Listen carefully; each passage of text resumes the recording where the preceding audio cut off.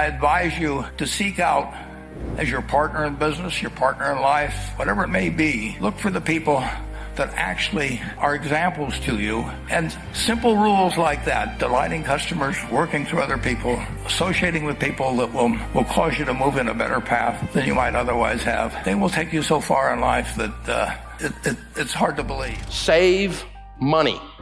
Invest money. Save and invest. The Bible says, in the house of the wise are stores of choice food and oil, but a foolish man devours all he has. Wise people save money. If you spend everything you make, you're a fool. I have been a fool. According to that, biblically speaking, I have been a fool. Because at times in my life, I spent everything I made. There were times I tried to out-earn my stupidity. Because I'm pretty good at making money, I just wasn't always good at keeping it. Wise people save money. You know, you have to have a plan. Well, if you're interested in business, I definitely think you ought to learn all the accounting you can by the time you're in your early 20s. Accounting is the language of business. Now, that doesn't mean it's a perfect language, so you have to know the limitations of that language as well as all aspects of it. So I would advise you to learn accounting, and I would advise you to be, in terms of part-time employment or anything else, work in a number of businesses. There's nothing like seeing how business operates to build your judgment in the future about businesses. When you understand what kind of things are very competitive and what kind of things are less competitive and why that works that way, all of that adds to your knowledge. So I would do a lot of reading. If you're interested in investments, I would take the accounting courses. I do a lot of reading about investments, and I would get as much business experience. I would talk business with people that are in business to find out what they think makes their operation tick or where they have problems and why. I just think you just kind of sop it up every place that you can. You have to have a budget. You have to write it down on paper, on purpose, before the month begins. Every dollar has a mission, every dollar has a name, not sort of kind of in my head, not it's on my iPhone app. Write it down on paper, on purpose, before the month begins. I run a company with hundreds and hundreds of team members, multiple profit centers within the company. Every one of those folks has a plan for the revenue they're going to produce in this month, this quarter, and this year, and the expenses they're going to spend to do that in this month, this quarter, and this year. Thereby, we do annual projections. It's really not rocket science, it's 6th grade math. What are you going to do with your money? Don't get to the end of the month and go, where'd it go? Because you end up being a rat in a wheel, and you work your whole life. Run, and you get to the end of your life, and there's nothing. And you earned $4 to $10 million in your working lifetime, and you have nothing because you didn't write it down.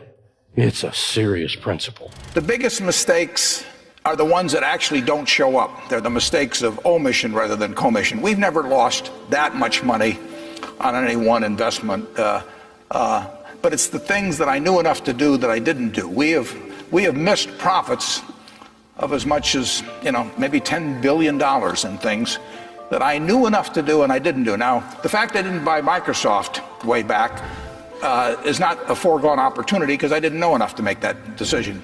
But there have been other investments where I did know enough to make the decision, and for one reason or another, I either didn't do it at all or I did it on a small scale. I was sucking my thumb when I should have been writing checks, basically. And those don't show up. There's no place where it shows missed opportunities, but I've missed some big ones. I need nothing, but I want a lot of stuff. There's nothing wrong with getting you some nice stuff, but the problem is when your stuff gets you. When you got a student loan that's been around so long you think it's a pet. When MasterCard is your master. When you have discovered bondage or American distress. Well, you can't live without debt. Is business school worth it? Depends on the person.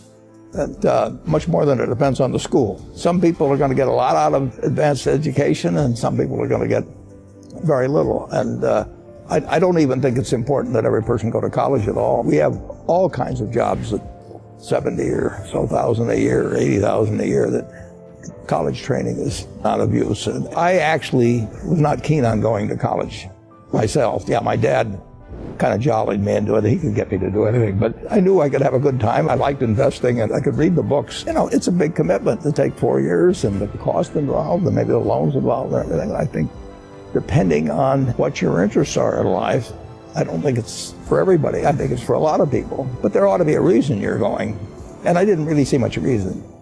Marriage is grand, divorce is 50 grand. Dysfunction in the family costs you money. Straight up. Crazy parents, drunk brothers, if you let them come into your boundaries, their dysfunction will cause you to be broke because you join in the dysfunction. And we all got it. So dysfunction and your personal dysfunction. We sadly get to work with the effects of all the dysfunction because we do financial counseling and coaching. And so we've worked for 25 years now with addicts. And I just got to tell you that if you're addicted to something, whatever it is, gambling, pornography, those are the two big ones right now. Huge, just unbelievably huge. And you know, certainly the old standbys, drugs and alcohol and that kind of stuff. But people that are addicted, 100% of them are eventually broke. And people who stay with them are all 100% eventually broke. That's an extreme example of quality relationships. Evil company corrupts good habits. Your household income, your personal income, over a period of time, not instantaneously, but over a period of time will be within 10 to 15% of the average income of your 10 closest friends. There's nothing like following your passion. I mean, I love what I do, obviously, and I've loved it the whole time I've done it. Charlie is the same way. We have managers, you know, they come, some of them went to business school, some of them didn't, you know, they're all types. Common factor is they love what they do. You know, and you've got to find that in life. And some people are very lucky in finding it very early. I was dumb luck that my father happened to be in the securities business. So when I would go to his office, there were a lot of books to read, and I got entranced with that. But you know, if he'd been in some other occupation, I think I would have read those books eventually, but it would have been a lot later. So if you find something that turns you on, my guess is you're going to do very well in it. And the beauty of it is, in a sense, there's not that much competition. There are not a lot of people out there that are going to be running faster than you in the race that you elect to get into. If you haven't found it yet, you may well have found it, but if you haven't found it yet, you've got to keep looking. People who win with money always are givers. 100% of them are givers. Always. You will not win with money until you learn how to give. 100%. And here's why. When you give, you become a generous person. Not just financially generous or mathematically generous, but your spirit changes. You're the person who opens doors. You're the person who carries groceries out to somebody's car. Now, these are easy principles to understand. They're hard principles to implement. But when you do, barring a calamity, 100% of the time, it works.